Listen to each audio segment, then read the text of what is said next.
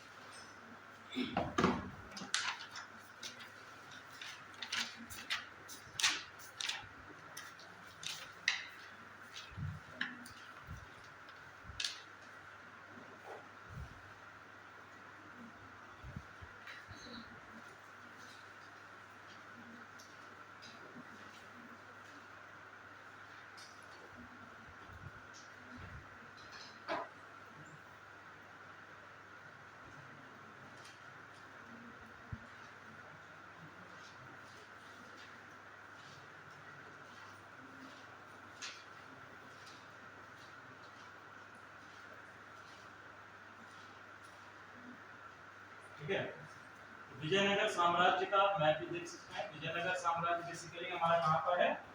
दक्षिण भारतीय क्षेत्रों में है। दक्षिण भारत में देखो, उत्तर भारत में ये जो आपका नर्मदा नदी है, मैंने आपको टाइम टू टाइम बताया हुआ है इसलिए में कि आपका नर्मदा नदी, या हम कहेंगे कि जो हमारी यहाँ पर विंध्य श्रेणी है, विंध्य पर्वत श्रेणी हमको प्राप्त होती है, ये भारत को दो बराबर भागों में विभाजित करती है। ठीक है, दो बराबर भागों में विभाजित करने का मतलब क्या है कि भारत को उत्तरी भारत, या हम जिसको नॉर्दर्न प्लेन्स भी कहते हैं, और दूसरा हमारा क्या है? दक्षिण भारत। मालवा से ये शुरू होता है और आपका कहां तक? हमारा लगभग कन्याकुमारी तक का हिस्सा किसमें आता है? दक्षिण भारत के अंतर्गत आता है। और दक्षिण भारत में ही आपको 12वीं 13वीं शताब्दी में, 12 से 13 शताब्दी में आपको एक किंगडम यहाँ पर उत्पन्न होता है, किंगडम का उदय होता है, जिसको हम किस नाम से जानते हैं? विजयनगर साम्राज्य के नाम से जानते हैं। विजयनगर साम्राज्य आपको मुगलों के समकालीन भी मिलेगा। ठीक है, समकालीन किसके मिलेगा? मुगल वंश के समकालीन आपको विजयनगर साम्राज्य मिलेगा। अगर बात करें हम इसकी स्थापना की या इसके संस्थापकों की, तो इसके संस्थापक दो ब्रदर्स हैं। संस्थापक कौन है? दो भाई हैं। पहले हैं आपके हरिहर और दूसरे हैं आपके बुक्का। ठीक है, तो संस्थापना की बात करें तो हरिहर एवं बुक्का के द्वारा इसकी संस्थापना की गई है। बुक्का को कभी कभी आप कई जगह पर क्या पाएंगे? हरिहर और बुक्क राय। बुक्क राय, बुक्का राय नहीं है, आप सिंपल लिखिएगा कि आपका बुक्क राय है। ठीक है, तो हरिहर और बुक्का के द्वारा दक्षिण भारत में विजयनगर साम्राज्य की स्थापना की गई। अगर हम बात करें हरिहर और बुक्का की, तो हरिहर और बुक्का इससे पहले एक वंश है दक्षिण भारत का, काकतीय वंश। कौन सा वंश है? काकतीय वंश। ये काकतीय वंश के क्या है? काकतीय वंश के सामंत हैं। ठीक है, काकतीय वंश के सामंत हैं और इन्हीं के द्वारा विजयनगर साम्राज्य की स्थापना की गई। ठीक है, विजयनगर साम्राज्य का आधुनिक नाम क्या है? विजयनगर साम्राज्य का आधुनिक नाम लिख लीजिए, हम्पी। हम्पी, हाँ, आधुनिक नाम हम्पी।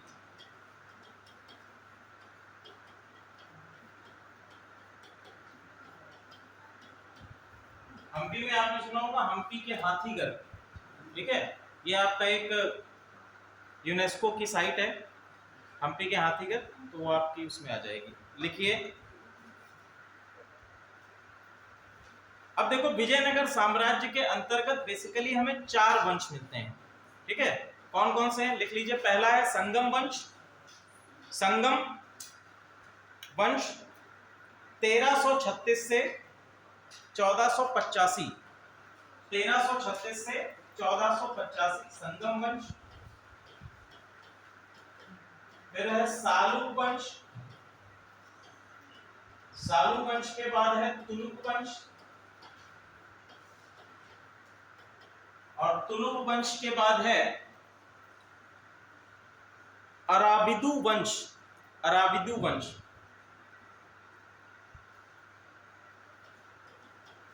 अराबिदु वंश। ठीक है, संगम वंश, सालू वंश, तुलुक वंश और अराबिदु वंश, और ये सभी वंश आपके किसमें आ जाएंगे? ये सभी वंश आपके विजयनगर साम्राज्य के अंतर्गत आएंगे, विजयनगर साम्राज्य के अंतर्गत आएंगे। पहला है आपका 1336 से 1485 संगम वंश।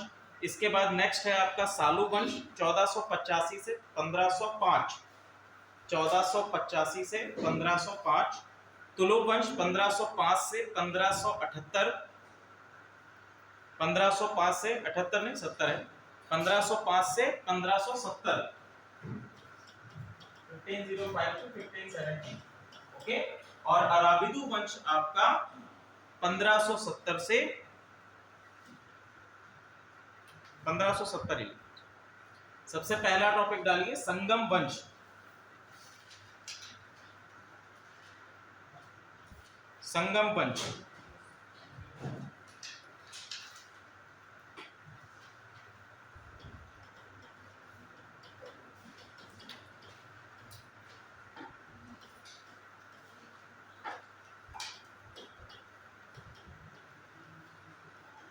संगम वंश के बारे में ऐतिहासिक स्रोत जो है उसका नाम लिखिए। ऐतिहासिक स्रोत है मदुरै विजयम, मदुरै विजयम। ये क्या है?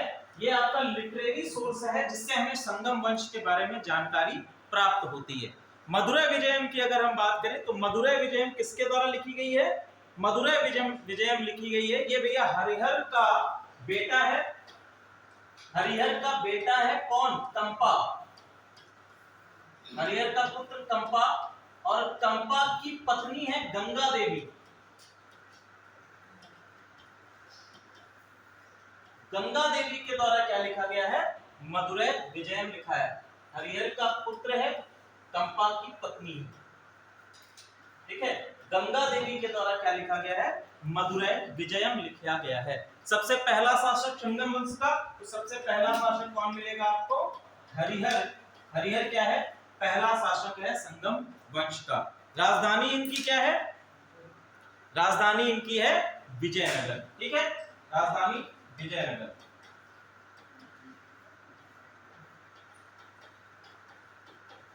विजयनगर इनकी राजधानी, संगम वंश की पहली राजधानी विजयनगर।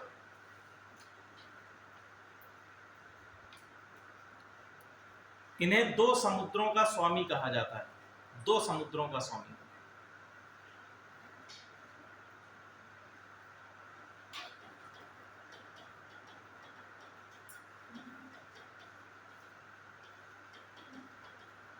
और ये दो समुद्र कौन कौन से होंगे? पहला आपका होगा बंगाल की खाड़ी, और दूसरा आपका होगा हिंद महासागर। देखो दक्षिण भारत को हमने देखा है, दक्षिण भारत में 3 समुद्र हैं। आगे चल के इनको 3 समुद्रों का स्वामी भी कहा जाएगा। ठीक है, अभी चूंकि इनकी जो टेरिटरीज है वो केवल 2 समुद्रों को छू रही है, तो इनको कहा गया, देखो यहाँ पर क्या है? बंगाल की खाड़ी है, बे ऑफ बंगाल है। ठीक है, बॉब नहीं है, बैंक ऑफ बड़ौदा नहीं है, ये बे ऑफ बंगाल है। और यहाँ पर आपका क्या है? इंडियन ओशन है। ये आपका क्या है? अरब ओशन है, अरब सागर है, अरब सी।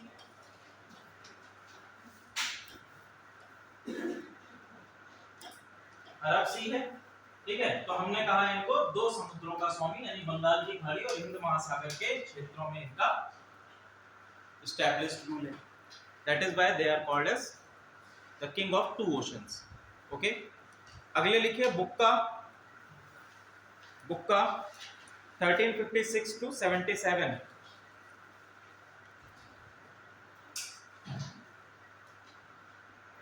1356 to 77, 1377 तक इनका रूल है। इनकी उपाधि है वेद मार्ग प्रतिष्ठापक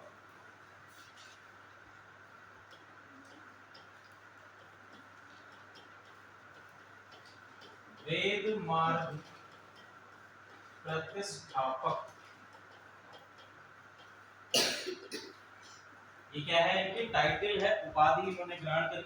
अब वेद मार्ग प्रतिष्ठापक की उपाधि इनको क्यों प्रदान की गई, कोई बताएगा कि इनको वेद मार्ग प्रतिष्ठापक की उपाधि क्यों प्रदान की गई है? हाँ हाँ ठीक है, उसी से संबंधित है। बेसिकली इन्होंने क्या किया, दक्षिण भारत में वैदिक संस्कृति, दक्षिण भारत में वैदिक संस्कृति को पुनः लागू कर दिया। ठीक है, वैदिक संस्कृति को क्या किया इन्होंने, पुनः लागू कर दिया, इसीलिए इनकी उपाधि इनको दी गई है वेद मार्ग प्रतिष्ठापक। जैसे हम लोगों ने देखा था प्राचीन भारतीय इतिहास में, जब हमने पढ़ा कि प्राचीन भारतीय इतिहास में दक्षिण भारत में सातवाहन वंश के द्वारा, दक्षिण भारत में सातवाहन वंश के द्वारा क्या किया गया था, जो आपकी वैदिक संस्कृति है उसको लागू किया गया था। एक लंबे समय के बाद, एक लंबे टाइम स्पैन के बाद, मौर्य काल के बाद, जब मौर्य काल का मौर्य साम्राज्य का डिसइंटीग्रेशन हो गया, तो उसके बाद दक्षिण में स्वतंत्र राष्ट्र उठने लगे। ठीक है, उन स्वतंत्र राष्ट्रों में सबसे शक्तिशाली आपका सातवाहन वंश आया, और सातवाहन वंश के अंतर्गत हमने ये देखा था कि उन्होंने जो आपकी ब्राह्मण संस्कृति, जो आपकी वैदिक संस्कृति है, उसको दक्षिण भारत में पुनः लागू कर दिया। या हम कह सकते हैं कि जो आपका मालवा का क्षेत्र है, महाराष्ट्र से जुड़ा हुआ, उन क्षेत्रों में क्या किया, आपके ब्राह्मण समाज की स्थापना और साथ ही साथ वैदिक संस्कृति को पुनर्स्थापित किया। इसके बाद जब अटैक्स होते हैं, इन्वेजन्स होते हैं डिफरेंट, जब सातवाहन वंश का विलय हो गया तो उसके बाद कई सारे आपके अलग अलग, जैसे आपका पल्लव वंश आता है दक्षिण भारत में, चोल आते हैं, चालुक्य आते हैं, तो ये सभी वंश आपके उदय होते हैं। फिर आपका दिल्ली सल्तनत आता है, मुगल वंश आता है, तो मुगल वंश के अंतर्गत हम देखेंगे कि दक्षिण भारत के कई सारे राज्यों में जो आपके मुगल वंश की स्थापना के कारण यहाँ पर क्या होता है, मुस्लिम धर्म का प्रचार एवं प्रसार होता है। और इसी के समानांतर, इसी के समकालीन जो आपका राज्य है विजयनगर साम्राज्य, विजयनगर साम्राज्य में क्या होता है, विजयनगर साम्राज्य में आपका प्रादुर्भाव होता है वैदिक संस्कृति का। ठीक है, किसके द्वारा किया गया, बुक्का के द्वारा किया गया, और इसीलिए इनको उपाधि दी गई है वेद मार्ग प्रतिष्ठापक। क्लियर है यहां तक? चलिए आगे बढ़ते हैं।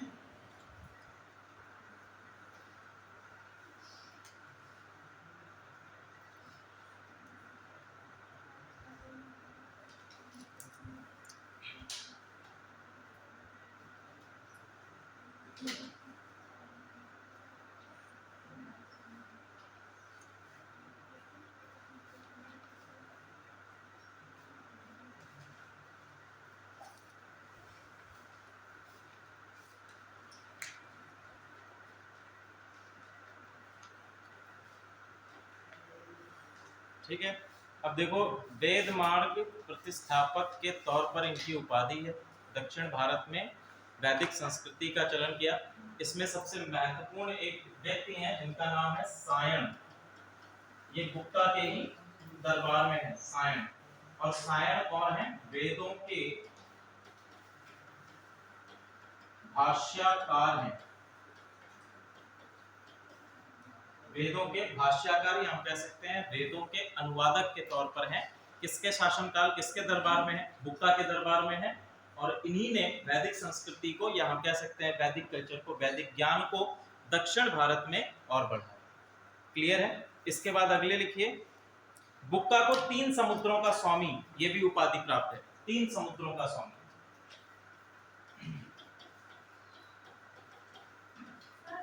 जी सर। क्या भाष्यकार होता है, जो अनुवादक के तौर पर काम करे, ट्रांसलेशंस या ट्रांसक्रिप्शंस करता है। जैसे आपके वेद हैं, तो वेदों की भाषा काफी क्लिष्ट होती है, उसको जनसाधारण तक पहुंचाना भाष्यकार का काम होता है कि जनसाधारण की भाषा में अनुवाद करे ताकि जनसाधारण उसको समझ सके। टीका भी इन्होंने करी है। ठीक है, सायण जो है वेदों के टीकाकार के तौर पर भी कहा गया। टीकाकार बेसिकली क्या कार्य करता है कि पर्टिकुलर आपका कोई स्टेटमेंट है, तो उस स्टेटमेंट पर टिप्पणी देने का कार्य करता है कि अपने विचार उसमें क्या क्या चीजें हैं, तो उसको कहते हैं टीका। और भाष्यकार या अनुवाद की जब बात करते हैं तो अनुवाद में क्या किया कि एक आपका स्टेटमेंट है उसको डायरेक्टली दूसरी भाषा में अनुवाद कर दिया, ट्रांसलेशन कर दिया। टीका में क्या होता है कि अपने विचार भी सम्मिलित हो जाते हैं। ठीक है, टीका बेसिकली क्या है, टिप्पणी है, किसी चीज पे कमेंट है, तो उसमें आप अपने विचार भी सम्मिलित कर देते हैं। ठीक है, यहां तक क्लियर है। तो इनको टीकाकार के विषय के रूप में भी जाना जाता है, सायण को। इन्होंने टीकाएं भी लिखी हैं वेदों पर। इसके बाद अगले हैं हरिहर सेकंड। हरिहर सेकंड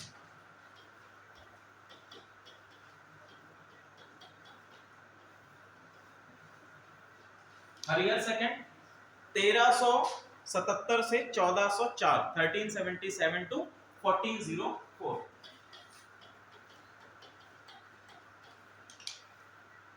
1404 तक इनका शासनकाल है, 1377 से। उपाधि इनकी क्या है, उपाधि लिख लीजिए महाराजाधिराज। महाराजाधिराज। देखो कई सारे शासक आपको मिलेंगे जिनकी उपाधियां महाराजाधिराज हैं।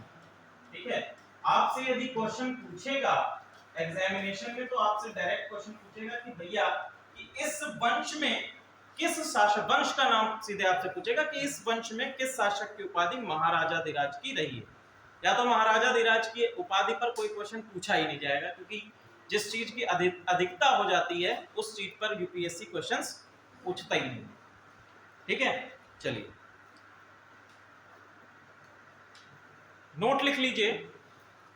हरिहर और बुक्का ने महाराजाधिराज की उपाधि धारण नहीं की। हरिहर एवं बुक्का ने महाराजाधिराज की उपाधि धारण नहीं की है।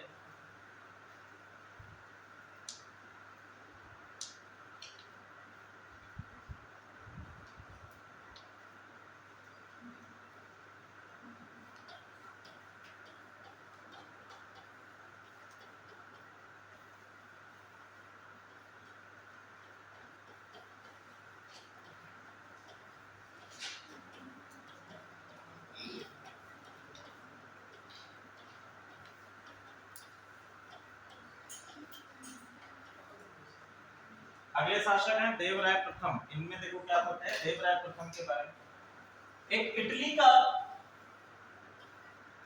व्यापारी है और ये यहाँ पर आता है निकोली डी कॉन्ट, इसका नाम निकोली डी कॉन्ट इटली से बिलोंग करता है। किसके शासन काल में भारत आया है, देवराय प्रथम के शासन काल में आया।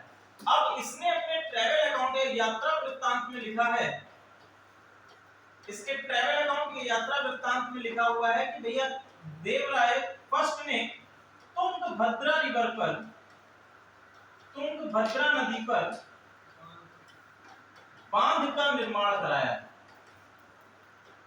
तुंगभद्रा रिवर पर क्या कराया है इन्होंने, बांध का निर्माण कार्य कराया है। किस पर, तुंगभद्रा रिवर पर, दक्षिण भारत में। किसके अकाउंट में मिलता है, निकोली डी कॉन्टी के अकाउंट में मिलता है। और ये कहां से बिलोंग करते हैं, ये इटली से बिलोंग करते हैं। ठीक है, अगले शासक हैं देवराय सेकंड। देवराय सेकंड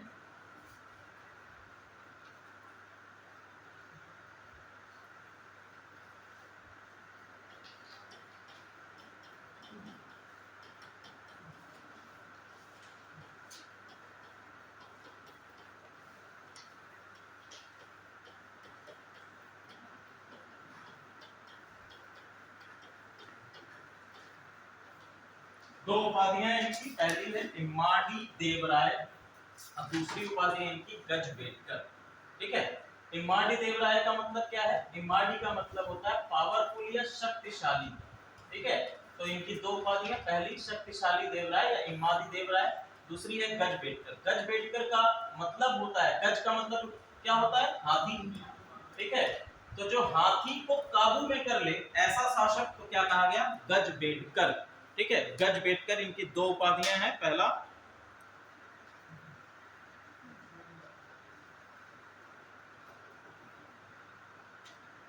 दो उपाधियां हो गई। फारस का यात्रा है, फारस का यात्री है अब्दुल रज्जाक। अब्दुल रज्जाक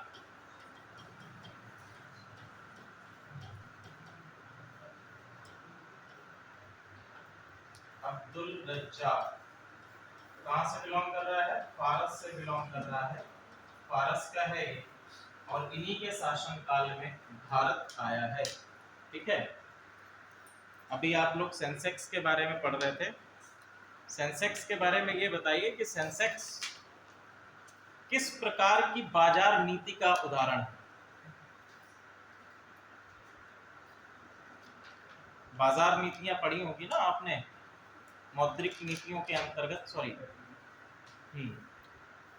मैंने आपको क्लास में ही बताया था कि दो प्रकार की बाजार नीतियां होती हैं। एक होती है खुले बाजार की नीति, ठीक है, और दूसरी होती है बंद बाजार की नीति। आप लोगों ने इकोनॉमिक्स में पढ़ा भी होगा। तो सेंसेक्स जो है आपका बेसिकली जिसमें आप ट्रेडिंग करते हैं डिफरेंट शेयर्स की, जो शेयर मार्केट है, शेयर मार्केट किस प्रकार के बाजार की नीति है? खुले बाजार की नीति है। ठीक है, तो ये क्या है? ओपन मार्केट पॉलिसी है। ओपन मार्केट पॉलिसी इसको क्यों कहते हैं? खुले बाजार की नीति इसको क्यों कहा जाता है? हमने कहा कि ओपन मार्केट पॉलिसी।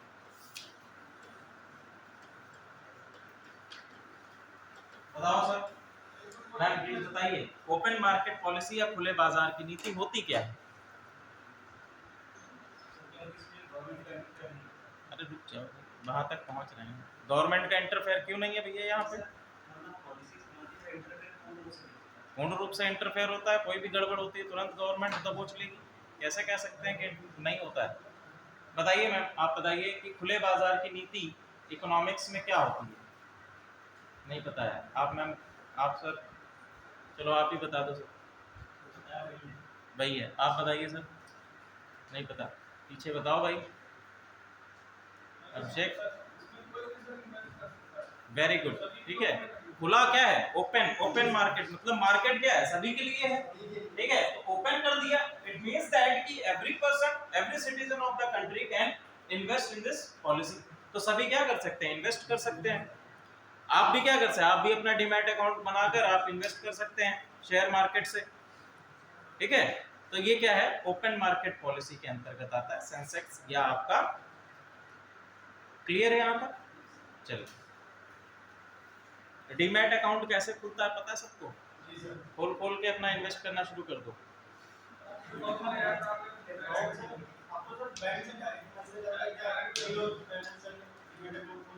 खोला है?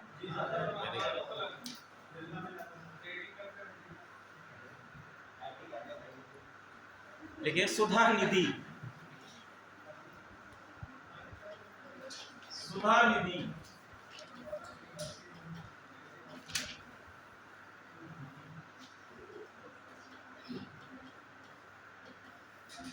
सुधा निधि नाम का एक नाटक है, और इसकी रचना भी किसके द्वारा की गई है?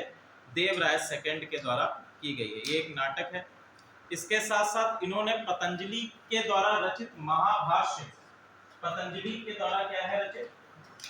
महाभाष्य, और महाभाष्य पर टिप्पणी या टीका भी लिखा हुआ है देवराय सेकंड ने। ठीक है, देवराय सेकंड के बारे में कहा जाता है कि ये बड़ा विद्वान शासक था। ठीक है, तो दो कार्य किए इसने। पहला, सुधा निधि नाम का महानाटक लिखा है, और साथ ही साथ आपकी पतंजलि महाभाष्य पर टीका भी इनके द्वारा लिखी गई है। ठीक है,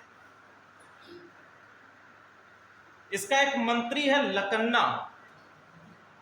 इसका मंत्री कौन है? लकन्ना। और लकन्ना को समुद्रों का स्वामी की उपाधि दी गई। समुद्रों का स्वामी की उपाधि इनको प्राप्त है। ठीक है, अगले लिखे विरूपाक्ष सेकंड। विरूपाक्ष सेकंड,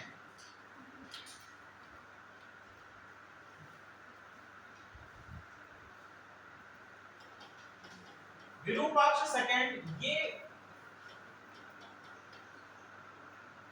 अंतिम शासक है। अंतिम शासक। ठीक है, और इन्हीं के समय में चंद्रनगर का सामंत है नरसिंह।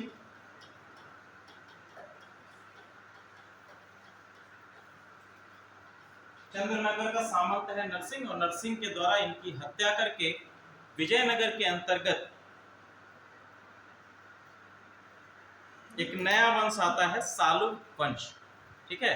सालुब नरसिंह नाम का चंद्रनगर का सामंत है, सालुब नरसिंह।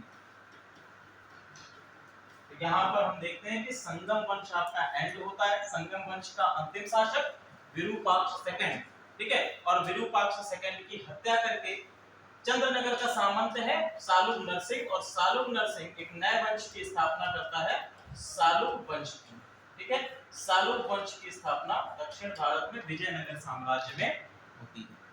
संस्थापक याद रखिएगा कौन है, सालुब नरसिंह है। तो सबसे पहला डालिए सालुब वंश 1485 से 1505, और पहला शासक सालुब नरसिंह।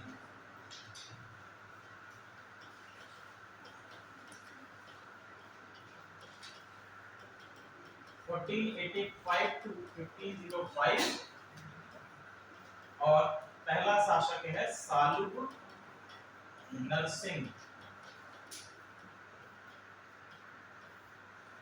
सालुब नरसिंह पहला शासक है, ठीक है। अच्छा ये बताइए कि हाल ही में भारत की पहली अंडर वाटर मेट्रो, भारत की पहली अंडर वाटर मेट्रो कहाँ बन रही है? कोची, केरल, कोची, केरल नहीं, बन रही है कोलकाता, कलकत्ता या कोलकाता में इसको बनाया जा रहा है, ठीक है, अंडर वाटर मेट्रो। और अंडर वाटर मेट्रो जो है, हाँ पानी के अंदर चले, इसका नाम ही है ना अंडर वाटर मेट्रो, पानी के अंदर चलेगी, बिल्कुल आ गया। तो ये भैया जो है आपके कोलकाता मेट्रो रेल कॉर्पोरेशन के ईस्ट वेस्ट प्लान है, और ईस्ट वेस्ट प्लान के अंतर्गत इसको बनाया जा रहा है अंडर वाटर मेट्रो को। ये बताइए कि भारत की सबसे लंबी मेट्रो,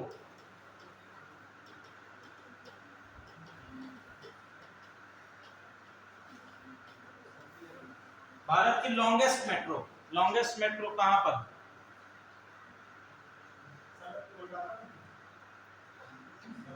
अरे यार ये इसका आंसर तो सबसे सिंपल है, सबसे लॉन्गेस्ट मेट्रो कहां पर है? दिल्ली में है। अब लॉन्गेस्ट है तो शॉर्टेस्ट भी होगी, शॉर्टेस्ट मेट्रो कहां पर है? Shortest metro Ahmedabad metro. Ahmedabad metro क्या है, सबसे शॉर्टेस्ट है, और इसकी लंबाई केवल और केवल 6 किलोमीटर है। कितनी है? केवल और केवल 6 किलोमीटर है। किसकी? आपके अहमदाबाद मेट्रो की दूरी जो है केवल 6 किलोमीटर की है। जिसने चलाई है उससे क्यों चलाई? बेसिकली ये है कि इन्होंने, भाई लखनऊ में भी तो सबसे पहले जो है इसकी लंबाई केवल 8 किलोमीटर की तो थी। लखनऊ में जब मेट्रो को चलाया गया था तो केवल और केवल 8 किलोमीटर की दूरी तक ही थी। तो इनिशियल फेज में चला दिया गया, कम से कम शुरुआत तो हो जाए, आगे तो डेवलपमेंट होता ही रहेगा। जब शुरुआत ही नहीं हो पाती है किसी चीज की तो डेवलपमेंट नहीं हो पाता है। तो इन्होंने कहा कि इनिशियली केवल आप चला दीजिए, इसके बाद धीरे धीरे जैसे जैसे मांग बढ़ती जाएगी वैसे वैसे डेवलप करते जाएंगे। तो अहमदाबाद में भी यही केस है कि चला दिया गया, धीरे धीरे उसको डेवलप करते रहा जाए। चलिए टॉपिक पर आते हैं, ठीक है। इसमें केवल इतना लिख लीजिए कि सालुब नरसिंह वंश, सालुब नरसिंह का सेनापति है नरसा नायक। नरसा नायक, सालुब नरसिंह का सेनापति कौन है? नरसा नायक। नरसा नायक ये इसके सेनापति हैं। देखो इन वंशों से ज्यादातर क्वेश्चंस आपके एग्जामिनेशन में पूछे नहीं जाते हैं, तो जितना जितना फैक्चुअल है केवल उतना इनके क्वेश्चंस पूछे जाते हैं। कला और साहित्य से रिलेटेड, आर्ट एंड कल्चर से रिलेटेड इनके ज्यादा क्वेश्चन फंसते हैं दक्षिण भारत में। राजनीतिक या पॉलिटिकल फिगर में जो क्वेश्चन आपके बनेंगे वो उत्तर भारत से बनेंगे, ठीक है। दक्षिण भारत से पर्टिकुलर टेंपल का पूछ लेगा कि इस पर्टिकुलर टेंपल का निर्माण किस राजा ने कराया, या किस शासन से संबंधित था, किस वंश से संबंधित था। तो आपके आर्ट एंड कल्चर में क्वेश्चंस ज्यादा बनते हैं। हाँ आर्ट एंड कल्चर पढ़ाएंगे, एग्जामिनेशन से पहले ही पढ़ा देंगे। ये इतना कंप्लीट हो जाए, थोड़ा सा राजनीतिक इतिहास, उसके बाद हम लोग आर्ट एंड कल्चर का पार्ट बता देंगे। चलो क्योंकि टाइम है नहीं, 14 दिन बचे हैं। 14 तारीख को ये तो एग्जाम है पीसीएस का। कितने लोगों ने भरा हुआ? ठीक है, तो आर्ट एंड कल्चर को अब देखते रहना। अगर टाइम मिलेगा, क्लासेस मिलेगा, तो संडे में 2-3 क्लासेस में लगातार आर्ट एंड कल्चर का पार्ट कंप्लीट करा लेंगे। संडे में ही करा पाएंगे, उसके अलावा कहाँ क्लासेस मिलती। चलो अगले हैं आपके इमादी नरसिंह। इमादी नरसिंह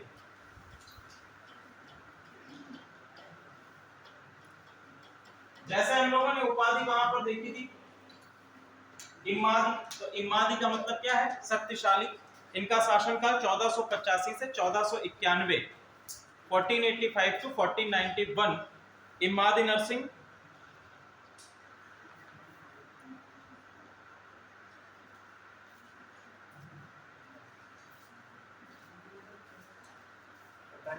अब देखो इमादी नरसिंह के समय में 1485 से 1485 टू 1491।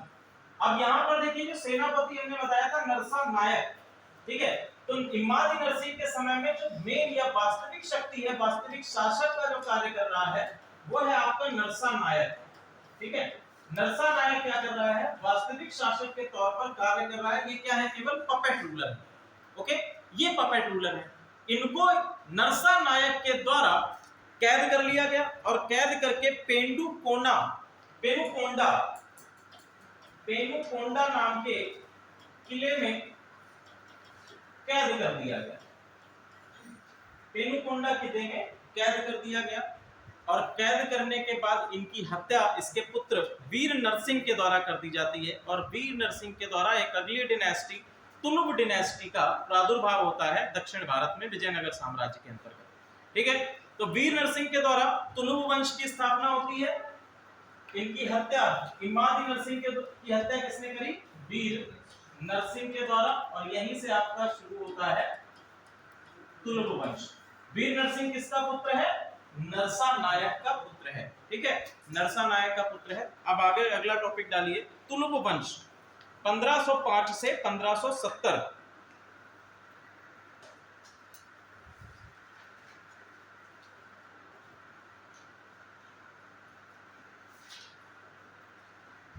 पंद्रह सौ पांच से 1570।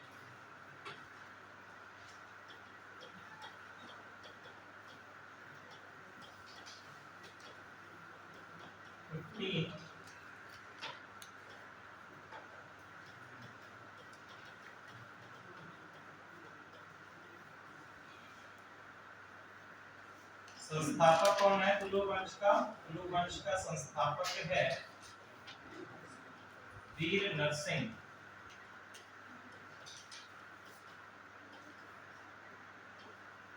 इसके बाद शासक बनते हैं कृष्णदेव राय। ठीक है, इसके बाद शासक बनते हैं, क्या हो गया? कृष्णदेव राय। 1509 से 1529 तक शासनकाल है इनका।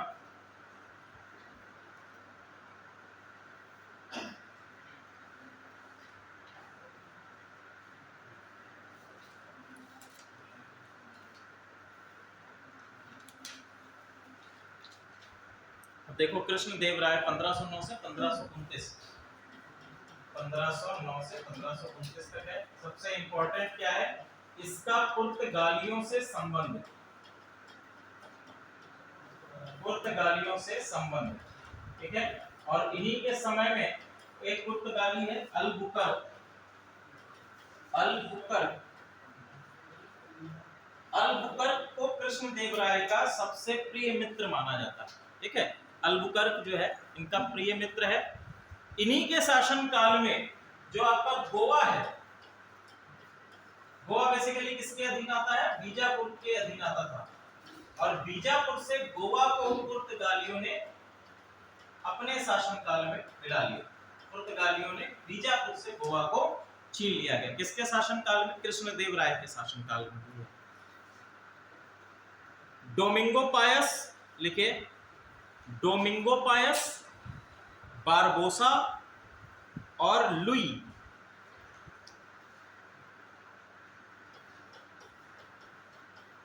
डोमिंगो पायस, बारबोसा और लुई, ये तीनों ही पुर्तगाली यात्री हैं।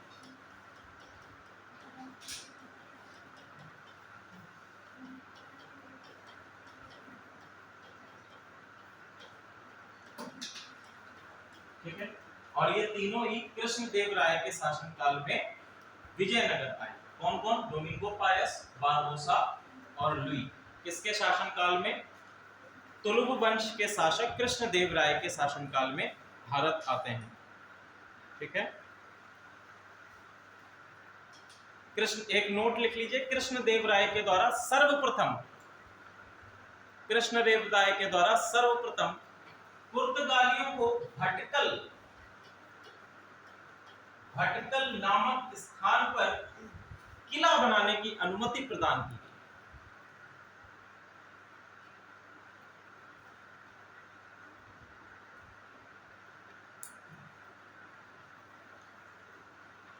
किला बनाने की अनुमति प्रदान की गई। इनके समकालीन है, उड़ीसा के शासक हैं, उड़ीसा जो आपका कलिंग का क्षेत्र प्राचीन भारत का, उड़ीसा के शासक हैं गजपति।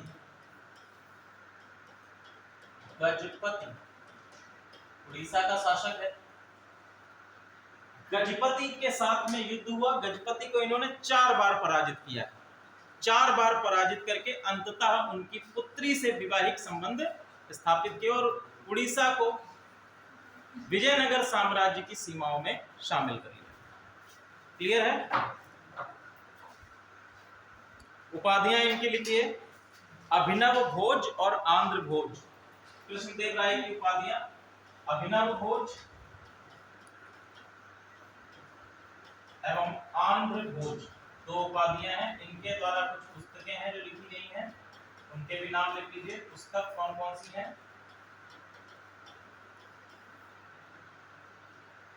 पुस्तकें लिख लीजिए। पहली है आयुक्त माल्यद,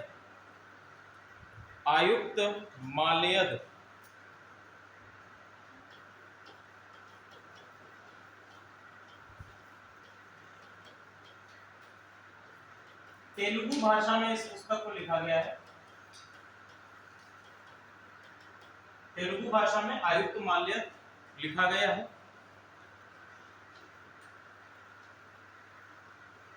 इसमें वैष्णव धर्म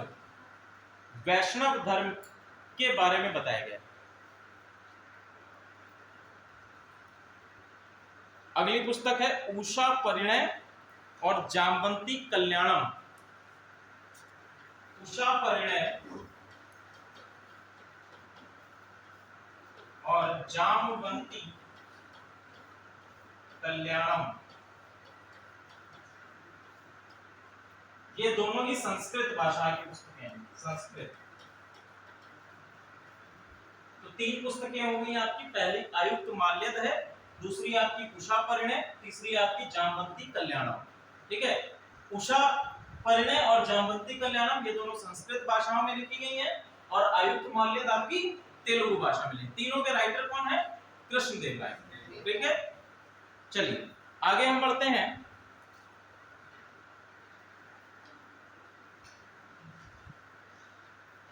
Telugu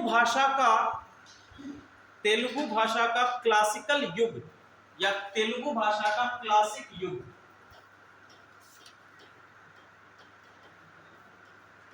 classical as of Telugu language, classical as of Telugu language, Krishnadevaraya के शासनकाल को ही आपके तेलुगु भाषा का क्लासिकल युग कहा जाता है। क्यों कहा जाता है? क्योंकि इस समय पे तेलुगु भाषा से संबंधित कई सारे साहित्य लिखे गए, ठीक है, जिनमें तेलुगु भाषा की प्रमुखता रही।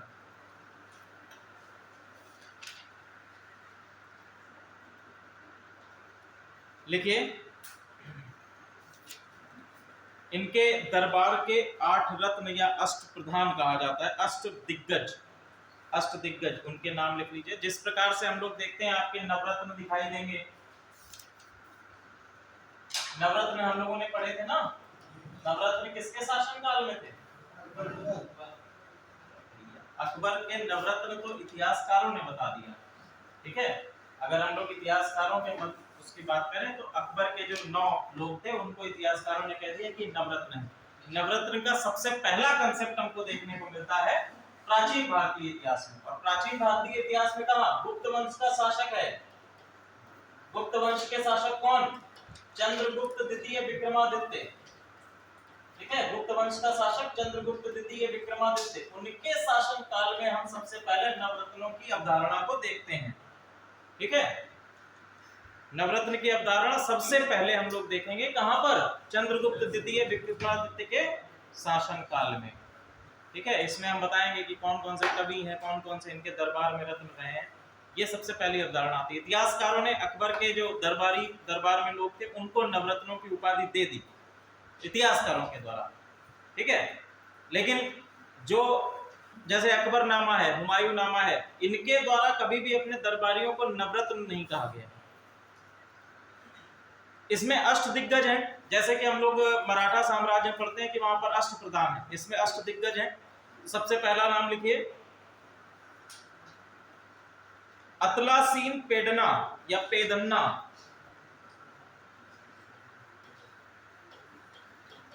अतलासीन पेडन्ना या पेदन्ना, ये आपके मिलेंगे। इनका क्या कार्य है? तेलुगु कवि का पितामह। इनको तेलुगु कविता का पितामह कहा जाता है। इनकी उपाधि क्या है? तेलुगु कविता का पितामह।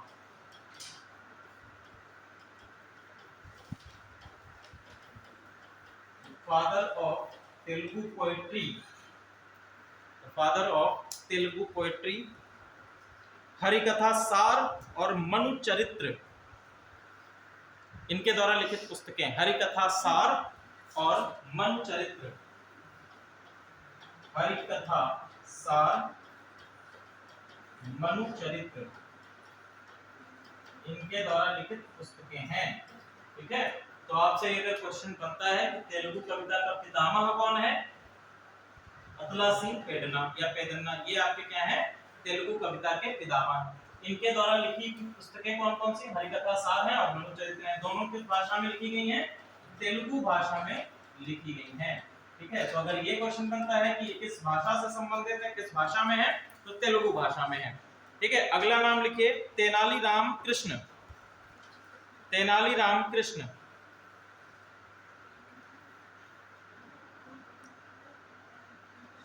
पांडुरंग महात्मय इनकी उपाधि है। तेनालीराम का नाम सुना है ना आपने?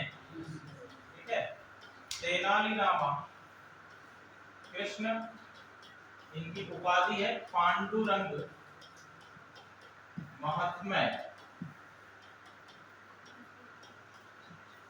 ठीक है, तेलुगु भाषा में इन्होंने भी 5 पुस्तकें लिखी हैं। ठीक है, 5 महाकाव्यों का पहला है आपका, 5 पुस्तकें इनके द्वारा लिखी गई, केवल इतना लिखा। इसके बाद अगले हैं आपके धुर्जरी। धुर्जरी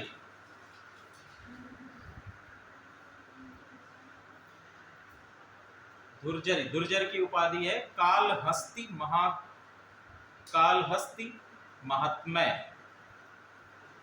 कालहस्ती महात्मय। धुर्जरी की बात है नंदी तिम्मन। नंदी तिम्मन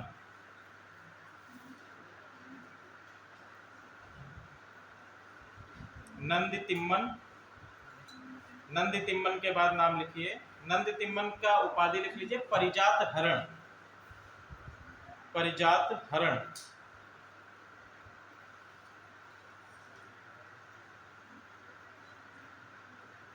भट्टमूर्ति। भट्टमूर्ति नेक्स्ट है, भट्टमूर्ति। और भट्टमूर्ति में लिखिए नरस भूपालियम। नरस भूपालियम, भट्टमूर्ति के सामने लिख लीजिएगा नरस भूपालियम। इसके बाद है अय्यल राजू रामचंद्र।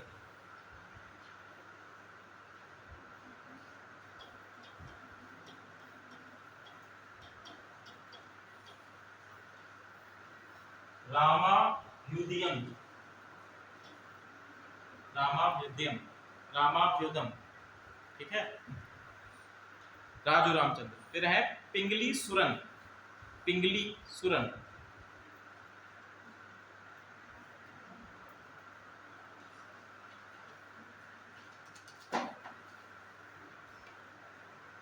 पिंगली सुरन।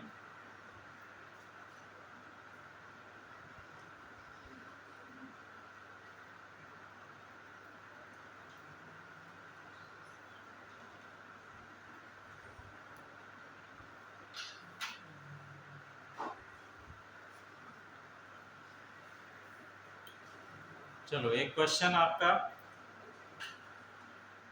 हाल ही में 26 जनवरी को क्या होता है? Republic day. रिपब्लिक डे पे दिल्ली में झांकियां निकाली जाती हैं, ठीक है। तो झांकियों में सर्वश्रेष्ठ झांकी का पुरस्कार किस राज्य को मिला है? किसको? उत्तर प्रदेश। सर्वश्रेष्ठ पुरस्कार किसको मिला है? उत्तराखंड को मिला है, ठीक है। ये क्वेश्चन आपसे पूछा ही जाएगा। उत्तराखंड को सर्वश्रेष्ठ पुरस्कार मिला है। भारतीय स्वतंत्रता के बाद पहली बार है कि जब ये पुरस्कार उत्तराखंड को दिया जा रहा है, ठीक है। उत्तराखंड के मुख्यमंत्री कौन है? पुष्कर सिंह धामी उत्तराखंड के मुख्यमंत्री। उत्तराखंड की राजधानी क्या है? हाईकोर्ट कहाँ पर है? देहरादून। उत्तराखंड का हाईकोर्ट, उत्तराखंड का नैनीताल में, ठीक है। उत्तराखंड का जो हाईकोर्ट है वो देहरादून में नहीं है, नैनीताल में। देहरादून में राजधानी है तो क्या हाईकोर्ट ही वहीं होगा? उत्तर प्रदेश की राजधानी लखनऊ है तो क्या हाईकोर्ट भी वहीं पे? हाईकोर्ट तो इलाहाबाद में है। हाईकोर्ट की बेंच बैठती है आपकी लखनऊ में, ठीक है। तो ये ध्यान रखिएगा, पूछा जा सकता है आप लोगों से। अगला है, एक और क्वेश्चन है कि इंडियन साइंस कांग्रेस, भारतीय साइंस, भारतीय विज्ञान कांग्रेस, भारतीय विज्ञान कांग्रेस जो है, ये कांग्रेस वाली कांग्रेस नहीं, कांग्रेस यहाँ पे मतलब है कि सभा या समिति, ठीक है। इसका 108वां सम्मेलन हुआ है हाल ही में, पढ़ा है? इसका 108वां सम्मेलन हुआ है। इसकी स्थापना जो है 1914 में की गई थी, गांधी जी के भारत आने से पहले, एक वर्ष पहले भारतीय विज्ञान कांग्रेस की स्थापना की गई थी। अभी इसका 108वां सम्मेलन हुआ है। तो ये क्वेश्चन है कि इसका 108वां सम्मेलन हुआ कहाँ पर, किस जगह पर हुआ? बताओ भैया, कहाँ पर हुआ है? लिख लीजिए, इसका 108वां सम्मेलन हुआ है नासिक में, ठीक है, भारतीय। और ये क्वेश्चन बनेगा ही बनेगा, पक्का है। ये क्वेश्चन आपसे पूछा ही जाएगा, इसका सम्मेलन कहाँ हुआ? नासिक में इसका सम्मेलन हुआ है। इस वर्ष की जो थीम है, इस वर्ष की जो थीम है, इसकी थीम भी पूछी जा सकती है। तो इस वर्ष की थीम है science and technology, science and tech with sustainable development, sustainable development and women empowerment, women empowerment, ये इस साल की इसकी थीम है, ठीक है। थीम आपसे पूछी जा सकती है कि भैया 108 में उसकी थीम क्या रही है। मैडम प्लीज बताएंगी कि सस्टेनेबल डेवलपमेंट, इधर सतत पोषणीय विकास या सस्टेनेबल डेवलपमेंट क्या होता है? नहीं पता? बड़े खेद की बात, दुख की बात है। आप बताइए मैम, सतत पोषणीय विकास या डरने की क्या जरूरत है? गलत ही तो हो जाएगा। देखो, मैं एज ए टीचर कभी नहीं पढ़ाता हूँ, मैं क्या हूँ? आप लोगों का फ्रेंड हूँ।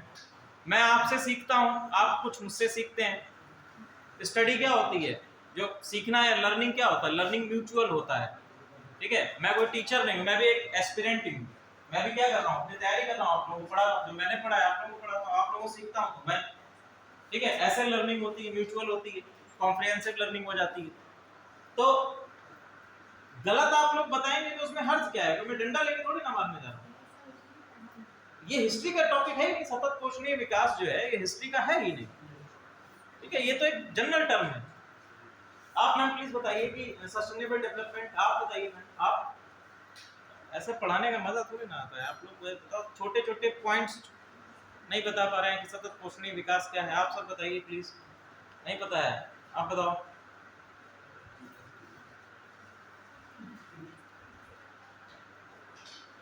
अगर ये इस तरह है तो आप लोग सच में तैयारी कर रहे हो?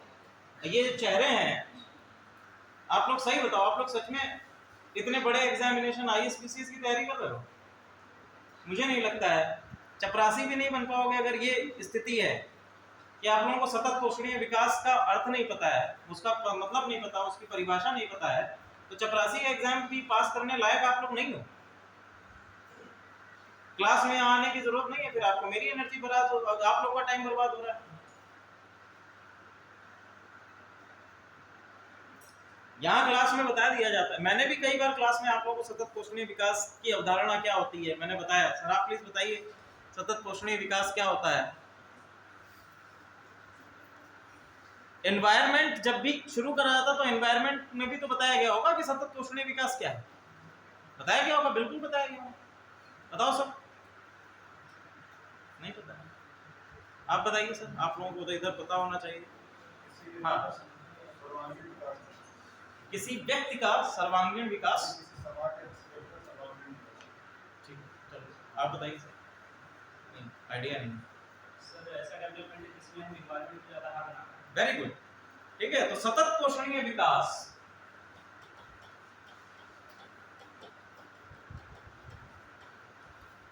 कई बार भैया मैंने आप लोगों को बताया है, और भैया ये ऐसा टॉपिक है, सतत पोषणीय विकास पर एक विज्ञान लिख गया है, ये ऐसा टॉपिक है जिससे यूपीएससी में क्वेश्चन बनते ही बनते हैं और बनेंगे, और आगे आने वाले 5 सालों तक यूपीएससी में कम से कम नहीं तो 35% क्वेश्चन सतत पोषणीय विकास के ऊपर बनेंगे। मतलब कहीं ना कहीं जो क्वेश्चंस आपके रहेंगे वो आपके सतत पोषणीय विकास से जुड़े रहेंगे। अब समझिए कि सतत पोषणीय विकास होता क्या है। सतत पोषणीय विकास होता है कि ऐसा विकास जिससे कि हमारा एनवायरनमेंट को हार्म ना हो। अब आपको कोई बिल्डिंग बनानी है, आपको कोई एंटिटी बनानी है, आपको कोई मैन्युफैक्चरिंग यूनिट बनानी है, जमीन चाहिए आपको, उस जमीन पर पेड़ पौधे लगे हुए हैं, तो क्या आप क्या करेंगे? उन पेड़ पौधों को काट देंगे ना, ठीक है? अब इन पेड़ पौधों को काटेंगे तो किसको हार्म होगा? हमारे एनवायरनमेंट को। और आप वर्तमान समय में देख रहे हैं कि हमारे लिए जो एनवायरनमेंट पॉल्यूशन है, साथ ही साथ जो क्लाइमेट चेंज की कंडीशन है, ये वैश्विक स्तर पर एक बहुत बड़ी समस्या ये है, एक बहुत बड़ी चिंता का विषय बनी हुई है, ठीक है? जैसे आपका कॉप है, कॉन्फ्रेंस ऑन पॉल्यूशन, जो आपका कॉप है, कॉप की कई सारी मीटिंग, कॉप 20, कॉप 21 आप लोगों ने सुना होगा, क्योटो प्रोटोकॉल आपने सुना होगा, ये सभी किससे संबंधित हैं? ये सभी आपके एनवायरनमेंट एंड क्लाइमेट चेंज से ही तो रिलेटेड है, और हर वर्ष के एग्जामिनेशन में इससे रिलेटेड आपसे क्वेश्चंस पूछे जाते हैं। सतत पोषणीय विकास समझ में आया? नहीं समझ में आया? भैया ऐसा विकास जिसमें हम अपने पर्यावरण को नुकसान ना पहुंचाएं। उदाहरण से समझो, अभी जब दिल्ली मेट्रो बन रही थी, दिल्ली मेट्रो कब बनी? पता ही नहीं रहता तुम लोगों को, कहां खोए रहते हो। दिल्ली मेट्रो बनी है 2002 में, और दिल्ली मेट्रो जब बनी तो दिल्ली मेट्रो को बनाने के लिए बहुत सारे पेड़ों को क्या कर दिया गया? काट दिया गया। लेकिन दिल्ली मेट्रो एक ऐसा वेंचर था जिसके अंतर्गत जीरो डैमेज टू एनवायरनमेंट का वादा किया गया था कि अगर हम दिल्ली मेट्रो का निर्माण करेंगे तो हम एनवायरनमेंट को कोई भी डैमेज या एनवायरनमेंट को बिल्कुल भी नुकसान नहीं पहुंचाएंगे। तो दिल्ली के अंतर्गत जितने पेड़ों को काटा गया उतने ही पेड़ों को लगाया भी गया, उतने ही पेड़, जितने पेड़ काटे गए दिल्ली में उतने ही पेड़ों को दिल्ली के बाहरी इलाकों में लगाया भी गया, जीरो डैमेज टू एनवायरनमेंट।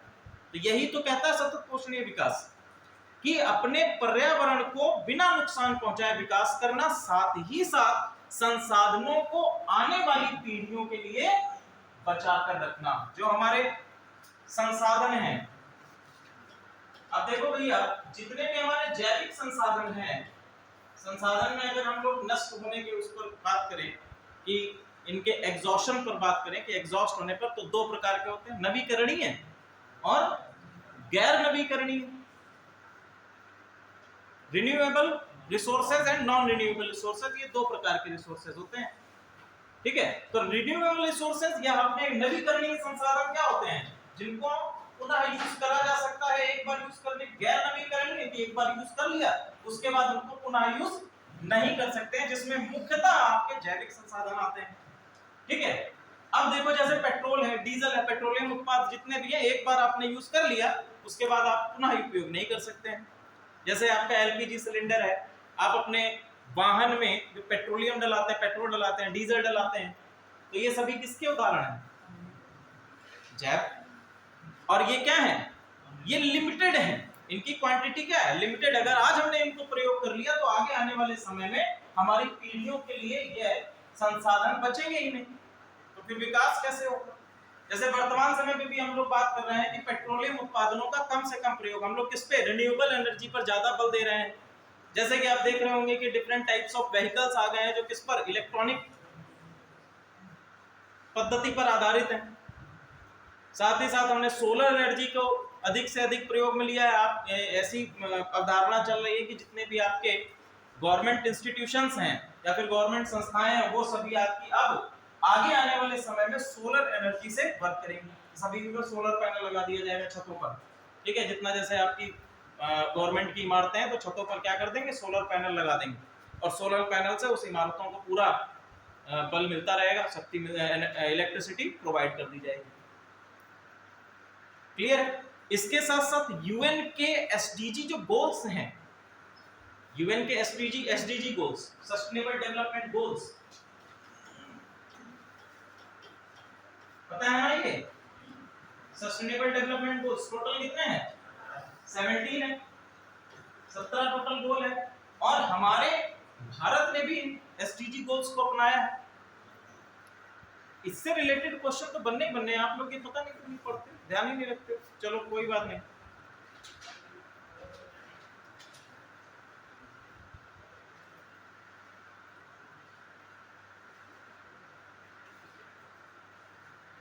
चलो वापस आते हैं अपने टॉपिक पे, अटक गए।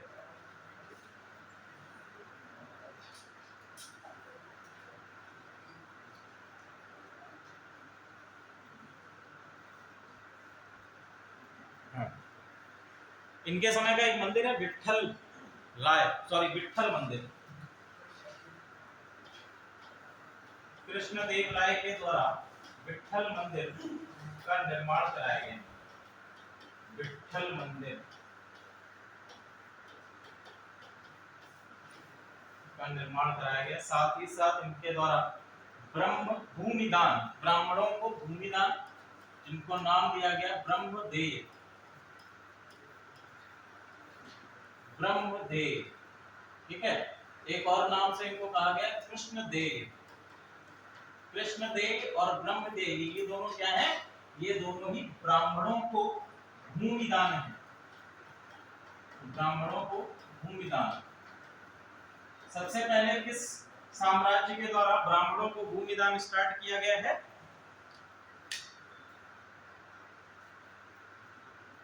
सबसे पहले किस राजवंश के द्वारा ब्राह्मणों को भूमिदान शुरू किया गया है, प्रारंभ किया गया है।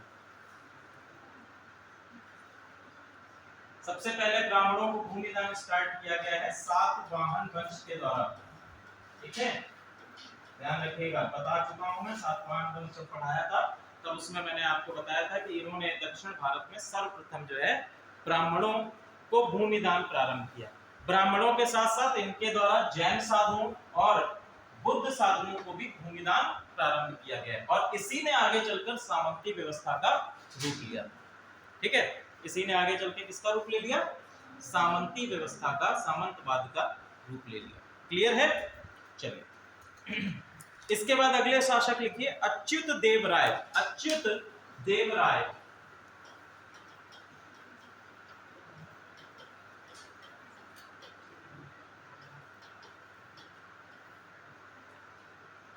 अच्युत देव राय।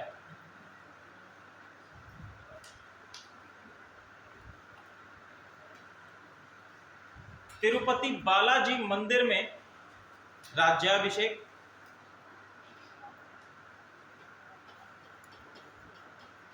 तिरुपति बालाजी मंदिर में राज्याभिषेक इनका हुआ है।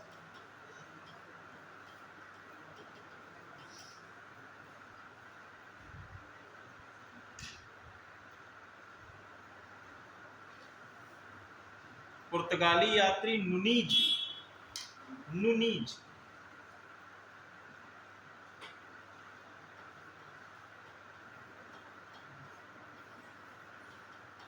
कहां से है? पुर्तगाल से है। पुर्तगाली यात्री नुनीज, इसके शासनकाल में विजयनगर आता है।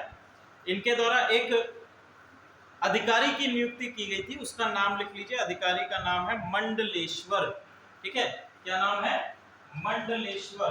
मंडलेश्वर नामक अधिकारी है, इसकी नियुक्ति इनके शासनकाल में की गई है। मंडलेश्वर, क्लियर है? मंडलेश्वर नामक अधिकारी की नियुक्ति इनके शासनकाल में की गई है। इसके बाद अगला शासक लिखे सदाशिव। सदाशिव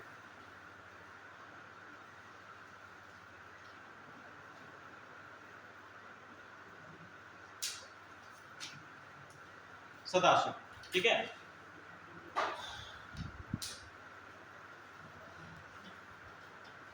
देखो सदाशिव जब शासन काल में आया तो ये क्या था? अवयस्क था। अवयस्क का मतलब समझ रहे हैं? अवयस्क का मतलब क्या होता है? हाँ, बच्चा हो, छोटा, ठीक है। वयस्क ना, 18 वर्ष से कम आयु का, ठीक है। तो सदाशिव जो है वो अवयस्क है, तो इसकी जगह एक संरक्षक है इसका, जिसका नाम है राम राय, ठीक है, राम राय। और इन्हीं के समय में एक प्रसिद्ध, बेटा बात मत करो भाई, अभिषेक और आप बात मत करो, कोई डाउट है मुझसे पूछो, मैं बता दूंगा, आई एम हियर। एक युद्ध है तालीकोटा,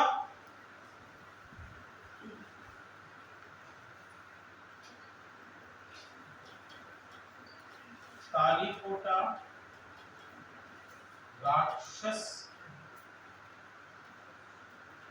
राक्षस तंगड़ी,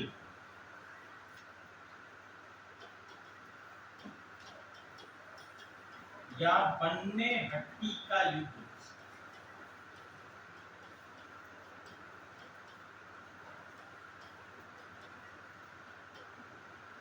तालीकोटा, राक्षस तगड़ी या बन्ने हट्टी का युद्ध, ये 3 नामों से जाना जाता है, ठीक है। 1565 में ये युद्ध हुआ है। 1565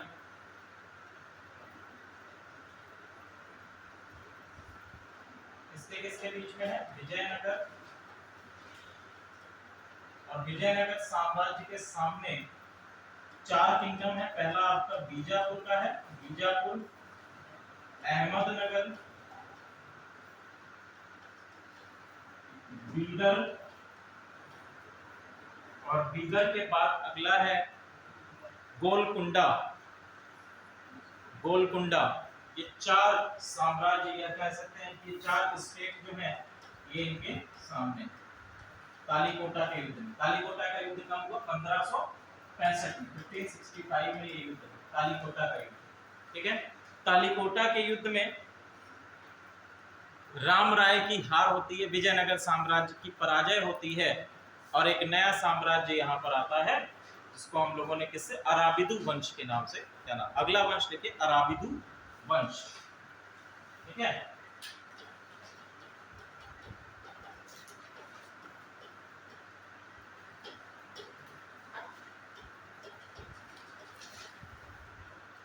अराबिदु वंश, अराबिदु वंश का शासनकाल है 1570।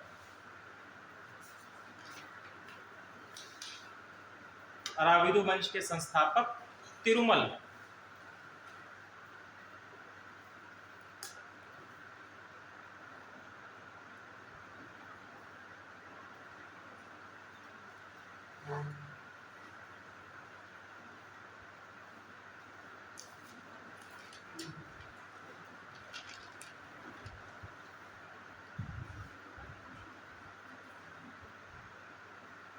तिरुमल, ठीक है। और एक इंपॉर्टेंट बस इतना है कि विजयनगर साम्राज्य के सभी शासकों ने शासक के दैवीय सिद्धांत को माना, ठीक है। शासन का दैवीय सिद्धांत हम बता चुके हैं आप लोगों को क्या होता है। शासन का दैवीय सिद्धांत के अंतर्गत राजा अपने आप को देवता की इमेज के तौर पर प्रदर्शित करता है, ठीक है, कि भैया देवताओं के द्वारा ही आपके शासन, आपके राजा जो है वो देवताओं की कृपा पर ही शासन कर रहा है, ठीक है, या फिर देवताओं के समतुल्य अपने आप को दिखाना, ये क्या कहलाता है, राजस्व का दैवीय सिद्धांत कहलाता है। क्लियर है यहाँ तक? बस इतना ही थी, ये आपका विजयनगर साम्राज्य के अंतर्गत है। क्लियर है? मेंस के लिए अगर बात करेंगे तो मेंस में इसको और डीपली पढ़ाएंगे, यहाँ पर केवल इतना ही क्लियर। आईएनएस बगीर, ये भैया क्या है, अभी हाल ही में इसको इंडियन नेवी में शामिल किया गया, इंडियन नेवी में इसको कमीशन किया गया है। आईएनएस बगीर क्या है ये?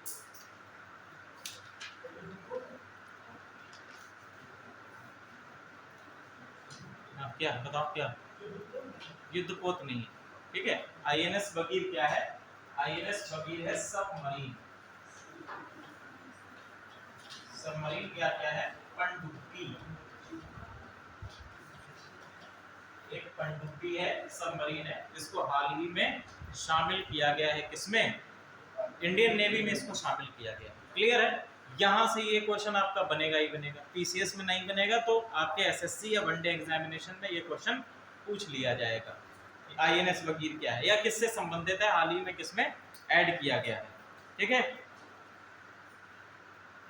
भारत में जो आपकी सबमरीन्स इंडियन नेवी में डाली जाती हैं उनकी कई सारी क्लासेस होती हैं, ठीक है। क्लासेस मतलब कि उनको बनाने का, उनकी पीढ़ियां, जैसे आप लोग कंप्यूटर में पढ़ते हैं ना, ये कंप्यूटर इस पीढ़ी से संबंधित है, अलग अलग, तो इसमें भी पीढ़ियां होती हैं। तो इसी के अंतर्गत पीढ़ी है कलवारी क्लास या कलवारी क्लास लिख लीजिए, कलवारी क्लास। तो ये आपकी सबमरीन जो है आईएनएस बगीर, ये आपकी कलवारी क्लास से रिलेटेड है, और ये कलवारी क्लास की 5वीं पनडुब्बी है जो आपके इंडियन नेवी में शामिल की गई है, कमीशंस की गई है, ठीक है। इसको बनाया है मजगांव डॉक शिप बिल्डर्स ने, Mazagon dock ship builders, dock ship builders, इनके द्वारा इसको बनाया गया है। और ये पूर्णतः क्या है, स्वदेशी है, इंडिजिनस है, ठीक है। ये कंपनी भी कहाँ की है? बॉम्बे की कंपनी है, बॉम्बे इंडिया की कंपनी है, और ये पूरी तरह से इंडिजीनियस आपकी पनडुब्बी है, स्वदेशी। क्लियर है यहाँ तक? चलो,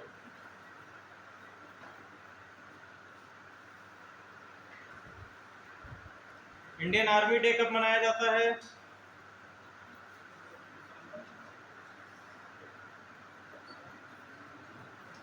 बताओ भैया।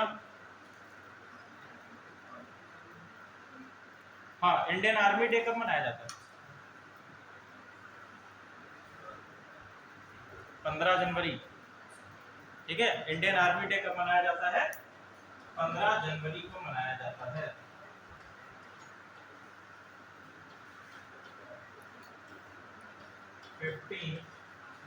जनवरी को क्या मनाया जाता है? इंडियन आर्मी डे मनाया जाता है। क्यों मनाया जाता है 15 जनवरी को? जबकि हमारी इंडियन आर्मी की स्थापना तो अप्रैल में की गई थी, 1 अप्रैल को। बताओ भैया, 1 अप्रैल 1895 को इंडियन आर्मी की स्थापना की गई थी, लेकिन इंडियन आर्मी डे मनाया जाता है कब? 15 जनवरी को। ऐसा क्यों? इसके पीछे क्या बताओ, पता है? आप लोग नए लोग दिखाई दे रहे हैं, अभी नया नहीं एडमिशन में आया, पहली क्लास, वेरी गुड, आते रहिए, कल भी क्लास, ठीक है। और संख्या बढ़ाइए, अपने फ्रेंड्स को भी लेकर आइए, बढ़िया, पीछे सीटें खाली पड़ी हुई हैं। क्या कह रहे हैं? रिटायर होने वाले हो? जब हम नहीं रिटायर हुए तुम्हें कैसे रिटायर होने देंगे? अभी हम भी डटे हुए हैं ना। चलो, तो इंडियन आर्मी डे मनाया जाता है 15 जनवरी को। हमने देखा कि 1 अप्रैल 1895 यानी उस समय क्या है, ब्रिटिश इंडियन आर्मी की स्थापना की गई। ठीक है, स्थापना की गई। स्वतंत्र भारत में अगर हम माने तो स्वतंत्र भारत के पहले आर्मी चीफ कौन है, या हम लोग कहते हैं चीफ ऑफ डिफेंस स्टाफ, जो वर्तमान समय में पद जनरेट किया गया है, CDS, chief of defence staff. Manik Shah तो 1773 में, 1973 के आसपास। मानिक शाह, मानिक शाह ये नहीं, यह है केएम करियप्पा। मानिक शाह नहीं, केएम करियप्पा है। ठीक है, आप लोगों ने देखा होगा कई जगह पे करियप्पा मार्ग ये भी मिलता है। केएम करियप्पा पहले जो है आपके आर्मी चीफ बनाए गए थे 15 जनवरी 1949 को स्वतंत्र भारत में। ठीक है, इसलिए हम 15 जनवरी को क्या मनाते हैं, इंडियन आर्मी डे मनाते हैं।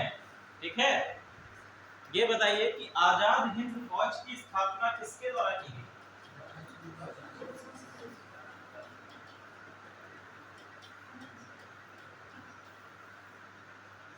आजाद, हाँ, वेरी गुड। कौन बता रहा है, बताओ बताओ।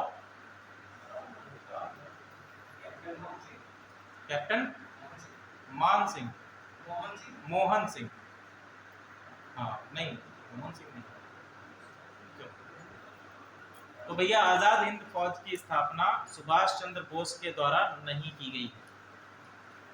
ठीक है, आप समझिएगा, इसकी स्थापना की आनंद मोहन बोस के द्वारा नहीं है। अरे इसमें एक नाम देखो, ध्यान नहीं आ रहा है। नहीं, राम प्रसाद बिस्मिल नहीं। देखो, आजाद हिंद फौज की स्थापना की गई थी जापान में। इसको जापान में बनाया था, बाद में ये सिंगापुर आई। इसमें है, पहले तो आपके मोहन सिंह शायद हैं, और एक और हैं, यस, रास बिहारी बोस। Very good. ठीक है, पहले हैं आपके मोहन सिंह और दूसरे हैं आपके रास बिहारी बोस। इन दोनों के द्वारा जो है इसकी स्थापना, आजाद हिंद फौज की स्थापना की गई थी। ठीक है, आजाद हिंद फौज, बाद में ये फौज सिंगापुर आती है और वहां पर ये भेंट किससे करती है, भेंट ये किससे मिलती है, सुभाष चंद्र बोस से। बाद में इसका स्वरूप बदल जाता है, इसका नाम फिर बाद में दिया जाता है Indian national army, INA, Indian national army. ठीक है, इंडियन नेशनल आर्मी के संस्थापक कौन है, सुभाष चंद्र बोस। ठीक है, तो जब भी आपसे ये क्वेश्चन पूछा जाता है कि आजाद हिंद फौज की स्थापना किसने करी, तो आपके ये दोनों नाम आ गए। दूसरा आपका इंडियन नेशनल आर्मी जब आएगा तब सुभाष चंद्र बोस आएगा। बच्चे यहीं पे गलती कर देते हैं। ठीक है, क्या करते हैं कि आजाद हिंद फौज आया तो सीधे सुभाष चंद्र बोस पे टिक लगा के चले आए, बाद में पता चलता है कि वो तो है ही नहीं। और दरअसल हम लोग का जो एनसीईआरटी पैटर्न है उसमें भी आजाद हिंद फौज, या हम लोग जो सुनी सुनाई बातें करते हैं तो आजाद हिंद फौज डायरेक्टली जोड़ देते हैं सुभाष चंद्र बोस जी के साथ। ठीक है, तो ये डायरेक्टली नहीं आएगा, बाद में हम लोग देखेंगे। क्लियर है? चलो, इसमें 2 और डे हैं, वो भी लिख लीजिए। आर्मी डे हो गया, तो आपका कौन कौन से होंगे, एयरफोर्स डे होगा और नेवी डे होगा, उसको भी लिख लीजिए। एयरफोर्स डे मनाया जाता है 8 अक्टूबर को और नेवी डे मनाया जाता है 4 दिसंबर। एयरफोर्स डे, इतिहास से दिमाग खराब हो जाता है तो बीच में ये भी थोड़ा थोड़ा, 8 अक्टूबर, और नेवी डे आपका बनाया जाता है 4 दिसंबर। क्योंकि घर जाके आप लोग पढ़ेंगे, ये पक्का है, घर जाके पढ़ती हो कितनी देर, 15 मिनट, आधा घंटा, 1 घंटा, हाँ 2 घंटा। वेरी गुड, बहुत अच्छे। 2 घंटा कम से कम आप अपनी सेल्फ स्टडी को दीजिए। ज्यादा से ज्यादा कितना दे सकते हैं ये आप पे डिपेंड करता है। 9 घंटा, 1 घंटा भी तुम पढ़ने बैठते होगे तो बहुत ही गर्व की बात होगी हमारे लिए। चलो आगे लिखिए, राजपूत, या हम कहेंगे राजपूताना।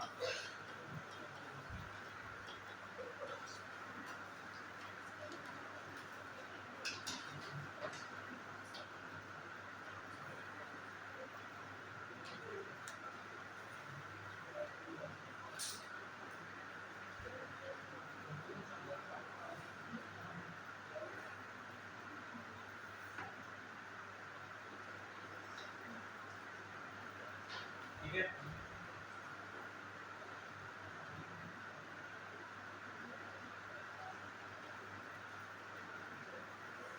हर्षवर्धन को हम लोगों ने पढ़ा था। हर्षवर्धन की मृत्यु कब है?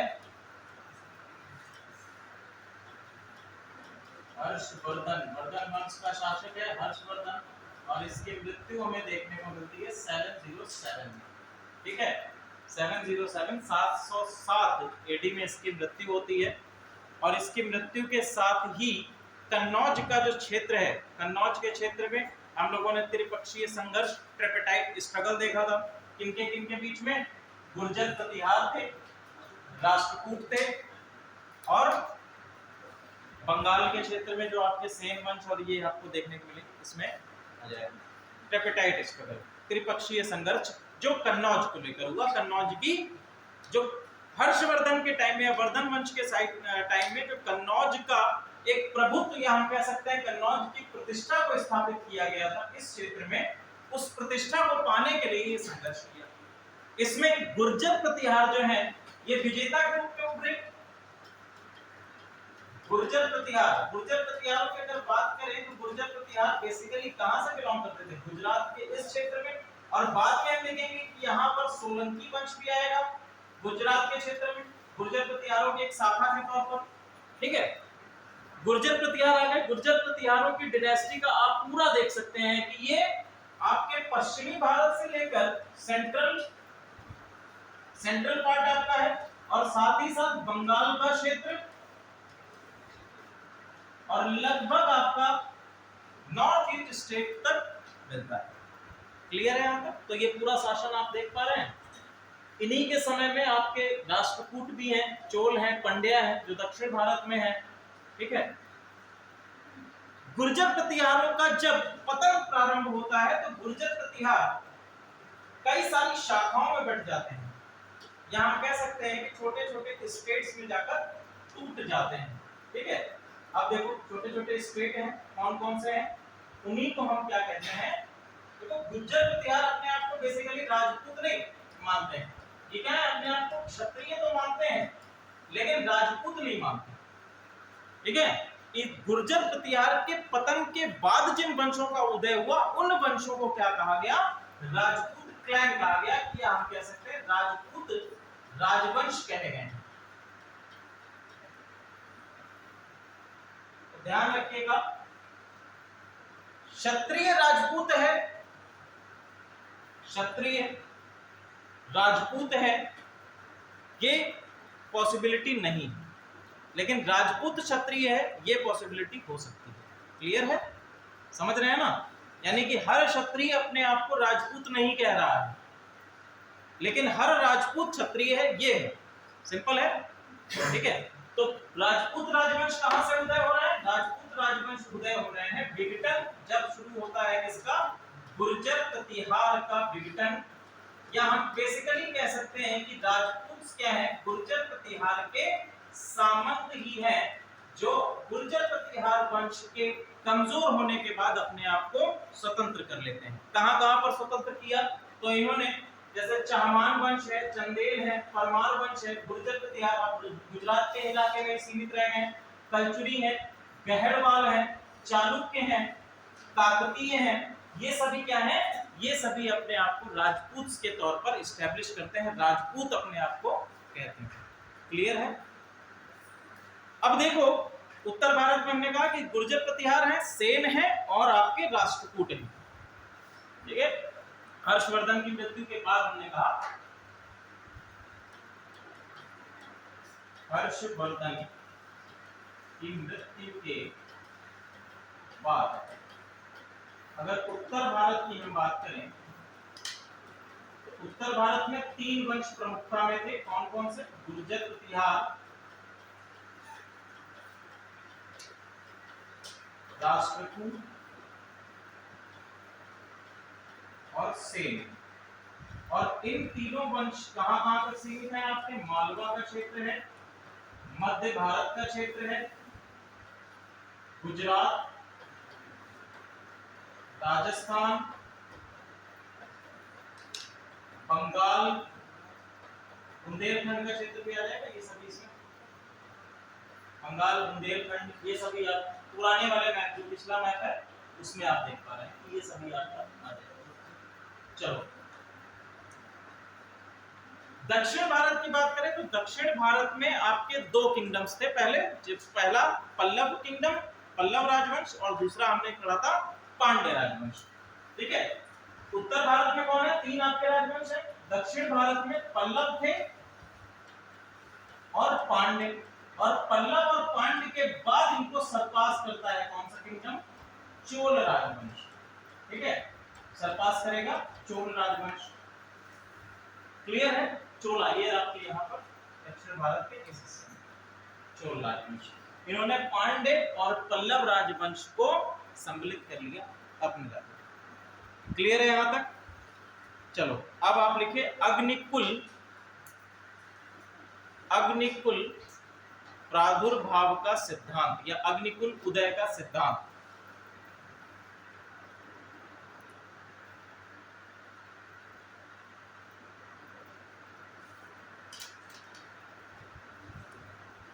ये हम लोग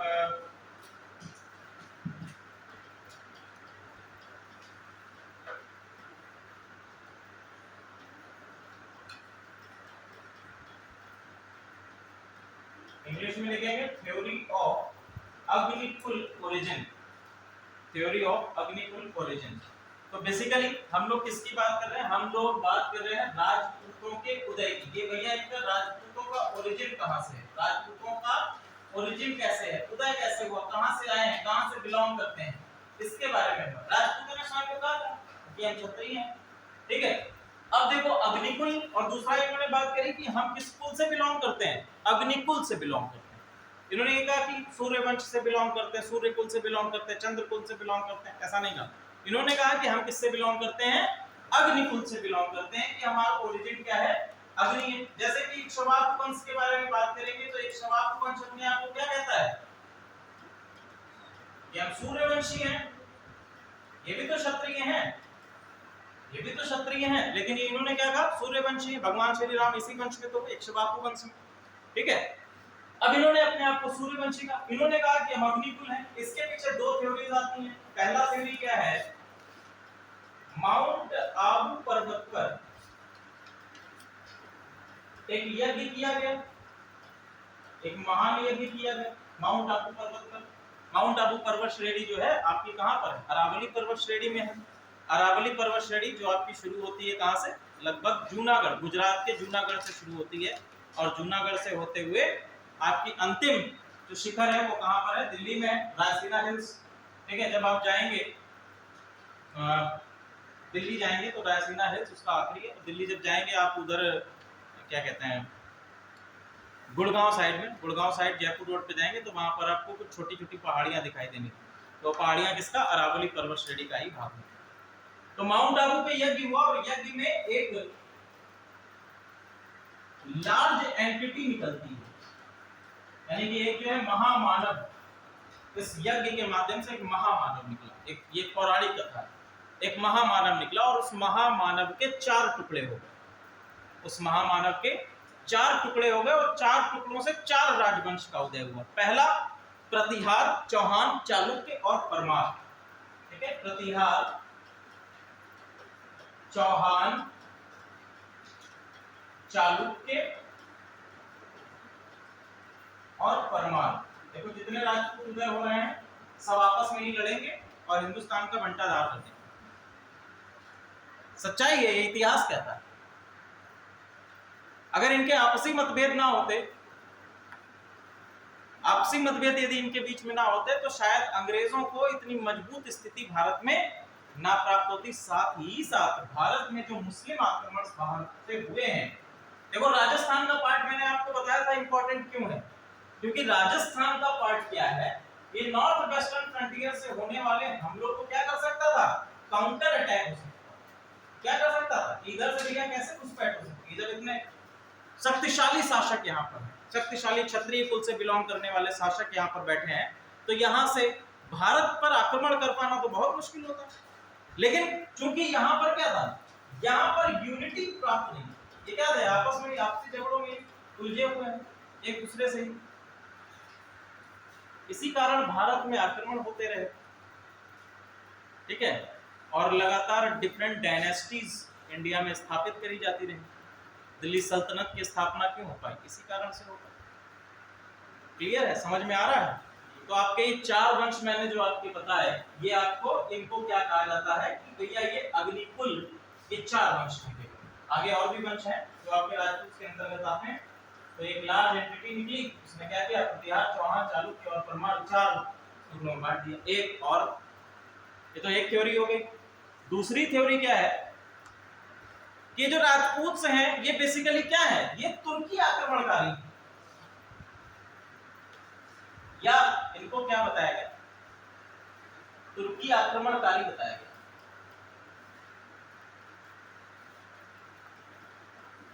और तुर्की आक्रमणकारी जो भारत में पकड़ लिए गए, क्योंकि ये क्या थे, काफी सशक्त थे, लड़ाई झगड़े से संबंधित थे, युद्ध से संबंधित थे, युद्ध कौशल इनको बहुत अधिक, युद्ध कौशल के साथ साथ विद्वत्ता भी है।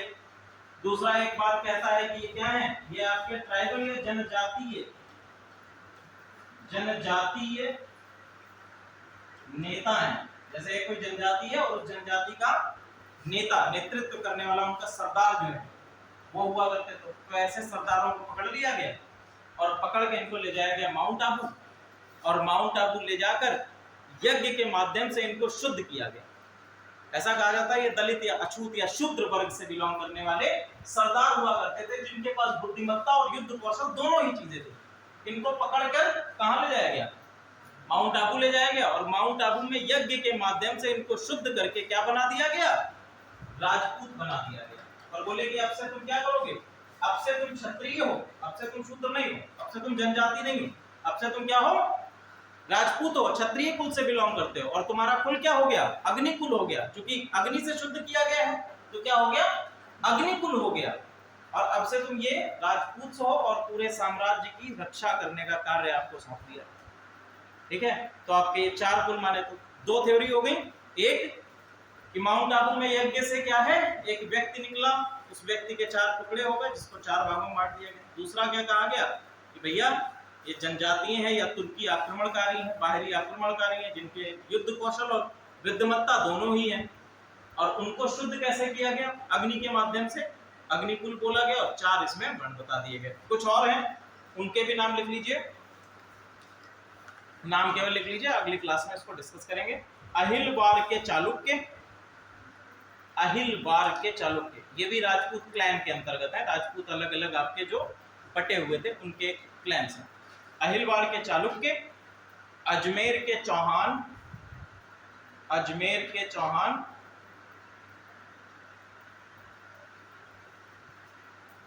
कन्नौज के गहड़वाल, कन्नौज के गहड़वाल,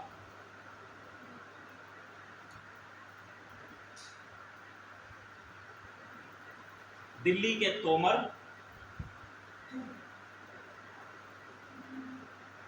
दिल्ली के तोमर, बुंदेलखंड के चंदेल, बुंदेलखंड के चंदेल,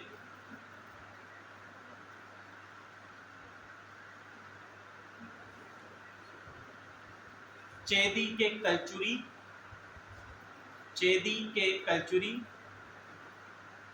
चेदी जो आपका उड़ीसा और इधर वाला हिस्सा है ये चेदी के अंतर्गत है, चेदी के कलचुरी, और बंगाल के सेन, सेन राजवंश है बंगाल में।